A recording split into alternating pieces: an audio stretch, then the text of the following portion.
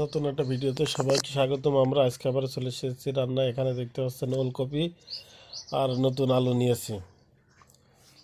আমাদের ক্ষেতের ওলকপি পাশে ছোট ছোট করে কেটে নিচ্ছি। কপি এবং আলু সুন্দর করে কেটে ওয়াশ করে নিয়েছি, আপনারা এখানে দেখতে পাচ্ছেন। আর এই পাশে মাছগুলো পরিষ্কার করে ধুয়ে রাখা আছে। আর এই পাশে কাটা মশলা আছে। চুলাতে কড়াই দিয়ে দিয়েছি। আমরা প্রথমে মাছটা ভেজে নেব। মাছ ভাজার জন্য লবণ আর হলুদ দিয়ে নেব। লবণ, হলুদ আর একটু ঝালের গুঁড়া দেবো। আজকে ঝালের গুঁড়া এখানে দিয়ে নিলাম। দিয়ে এবার সুন্দর মতো মাখায় নেব। ঝালের গুঁড়াটা দিয়ে মাছটা ভাজলে একটু স্বাদ বেশি হয়। আপনারা ট্রাই করে দেখবেন। এভাবে সুন্দর করে মাছগুলো ভেজে নিলাম, মাখায় নিলাম। এবার কড়াইয়ে তেল দিয়ে দিলাম।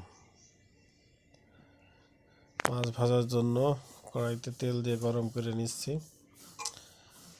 তেলটা মোটামুটি গরম হয়ে গেছে, মাছ ভাজা শুরু করে দিচ্ছি। আপনারা দেখতে পাচ্ছেন যে আমাদের মাছটা পুকুরের মাছ, আমাদের নিজেদের পুকুরের মাছ। আর ক্ষেতের ওলকপি, আলুটা কেনা। আমরা এভাবে মাছটা সুন্দর মতো ভেজে নেব। আমাদের মাছ ভাজা শেষ হয়ে গেছে, এখানে উঠায় রেখেছি। আর এই পাশে মাছ ভাজা তেলের মধ্যেই কুমড়ার বড়িগুলো ভেজে নেব। আপনারা দেখতে পাচ্ছেন বড়িগুলো ভেজে উঠায় রেখেছি। এখন কড়াইয়ে আবার তেল দিয়ে দেব পেঁয়াজ মরিচ এগুলো ভাজার জন্য। এখানে কেটে রাখা পেঁয়াজ মরিচ আছে, এগুলো দিয়ে নিলাম। এগুলো একটু সুন্দর মতো ভেজে নেব। এক কথায় মাছ এবং আলু আর কপি ভুনা করার চেষ্টা করব কুমড়োর বড়ি দিয়ে। একটু জিরা দিয়ে নিলাম।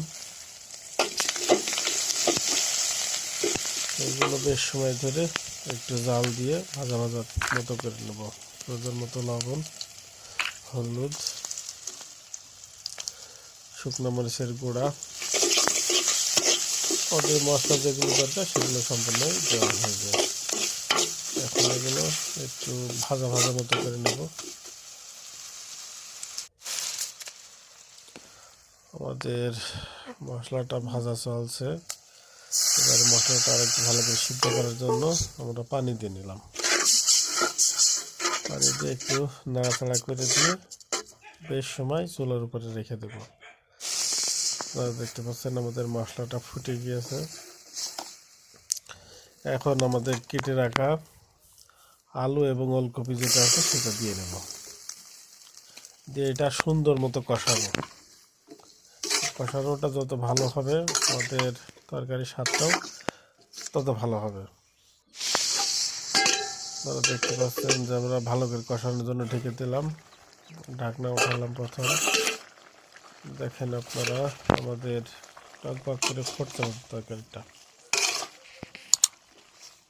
ওলকপিতে একটু জাল বেশি লাগবে এই সময়টাই, কারণ এই সময়টাই ওলকপির একটু বয়স হয়ে গেছে। যদি একেবারে জালিটা হতো তাহলে অল্প জালে হতো। আর এখনই আমরা আমাদের কুমড়ার বড়িটা দিয়ে দিলাম। আপনারা ইতিপূর্বে শুনেছেন যে আমাদের কুমড়ার বড়িতে একটু সমস্যা আছে, যার কারণে আগে দিয়ে নিচ্ছি। আগে দিলে এই কুমড়ার বড়িটা দেখবেন আপনারা, আমরা এত নাড়াচাড়া করছি তারপরেও কিন্তু ভাঙবে না, কারণ একটু সমস্যা আছে, যার কারণে কিন্তু ভাঙছে না। যদি সুন্দরতা হতো তাহলেও তরকারি নামানোর কিছু সময় আগে দিলেই হতো। তো যাই হোক, আমাদের রান্না কষানো শেষ হয়ে গেছে। এখন আমরা ঝোলের জন্য যে পানিটা সেটা দিয়ে নিলাম। দিয়ে এটা ফুটে গেলে আমরা মাছটা দিয়ে দেব। আপনারা দেখতে পাচ্ছেন যে আমাদের তরকারিটা ফুটে গেছে। এখন ভেজে রাখা যে মাছটা আছে সে মাছটা দিয়ে দিচ্ছি। আমাদের রান্না অল্প কিছুক্ষণের ভিতরেই শেষ হয়ে যাবে।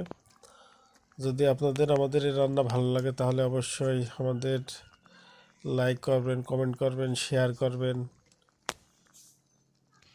আমাদের ভিডিও দেখার জন্য এবং আমাদের সাথে থাকার জন্য সকলকে ধন্যবাদ।